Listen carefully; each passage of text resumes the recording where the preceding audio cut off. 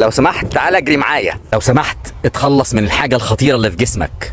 سمعت عن الدهن المستخبي؟ ممكن واحد رفيع لكن عنده دهون زايدة من الدهن المستخبي، ودي حاجة خطيرة جدا.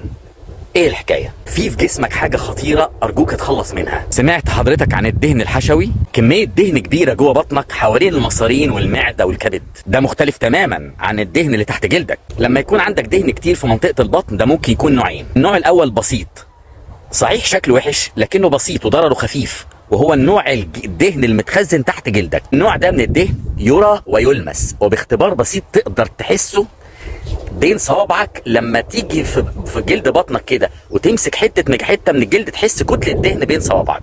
النوع الثاني مش بسيط، لا لا لا، ده خطير جدا، وهو الدهن الحشوي. وتسمى كده لانه الدهن المستخبي المتخزن في عمق تجويف البطن حوالين الاحشاء الداخليه. الاحشاء الداخليه زي ايه؟ يعني حوالين المصارين والمعده والكبد. النوع ده للاسف الشديد لا يرى ولا يلمس، لا تقدر تشوفه ولا تقدر تحسه ولا تمسكه بين صوابعك. بيتعرف بس فقط بالاشعه المقطعيه او الرنين. وممكن نعرف النوع ده من الدهن اللي هو الدهن الحشوي الخطير ده المتخزن جوه تجويف البطن بان احنا نقيس محيط البطن، محيط الخصر.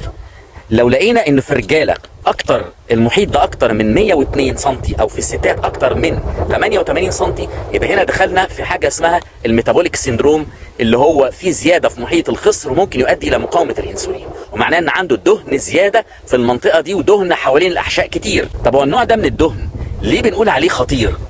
ايه خطورته وايه مصيبته؟ خطورته انه الخلايا الدهنيه اللي في المنطقه دي منتجه، بتنتج مواد مضره تلف في الدم، تلف وتروح تعمل امراض القلب والشرايين، ارتفاع الضغط، ارتفاع الكوليسترول، ارتفاع السكر، واكيد مقاومه الانسولين. طيب وايه مصيبته؟ مصيبته ان صاحبه مش شرط يكون سمين خالص، ممكن يكون واحد جسمه عادي جدا وحتى ممكن يكون رفيع لكن عنده تراكم للنوع ده من الدهن الخطير في المنطقه دي، وبالتالي يسبب له بعد كده مشاكل برغم انه رفيع ومش تخين. يعني باختصار قنبله موقوته. طيب نعالجه ازاي؟ اول حاجه حد هيقول لي تمرينات البطن. لا، تمرينات البطن كل اللي هتعمله انها هتقوي عضلات البطن لكن مش هتخلصك ابدا من الدهن الحشوي المستخبي ده. عشان تخلص منه يبقى نمره واحد لازم انقاص الوزن، وعشان ده يتم يبقى لازم الوجبه بتاعتك تكون نظام غذائي صحي فيه سعرات حراريه قليله، زائد الرياضه المنتظمه المقصود بها المشي او الجري اللي احنا بنعمله ده من نص ساعه لساعه يوميا. تاني حاجه غير انقاص الوزن، انقاذ الهرمونات اللي بترسب دهون في المنطقه دي. مين الهرمونات دي؟ اولا هرمون الكورتيزول اللي هو هرمون التوتر، يبقى لازم تقلل من التوتر بتاعك. ليك حق تتريق عليا وتنتقدني، فعلا مين يقدر يقلل التوتر بتاعه في الزمن اللي احنا عايشين فيه ده؟ الكلام ده مش منطقي ولا واقعي. زمن التوترات، زمن التوترات، زمن التوترات. لا، الحقيقه ممكن تحقيقه. طب ازاي؟ اقول لك ازاي. ببساطه التوكل على الله سبحانه وتعالى، ده هيجيب لك استرخاء وهدوء نفس وسكينة وراحة بال وطمأنينة، ويبعدك خالص عن التوتر. حاجة تانية، ركعتين في جوف الليل وتدعي ربنا سبحانه وتعالى بيقين انه يخلصك من حالة التوتر اللي انت فيها.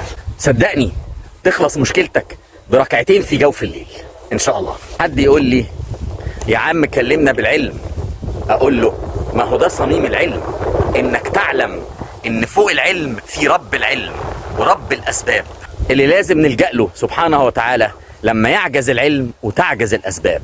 الهرمون الثاني هرمون الإنسولين. هرمون الإنسولين، هرمون الإنسولين، والإنسولين لما بيزيد بيؤدي إلى تخزين الدهون وترسيب الدهون، والإنسولين بيزيد في حالة مقاومة الإنسولين، فلازم عشان نقلل الإنسولين نعالج مقاومة الإنسولين.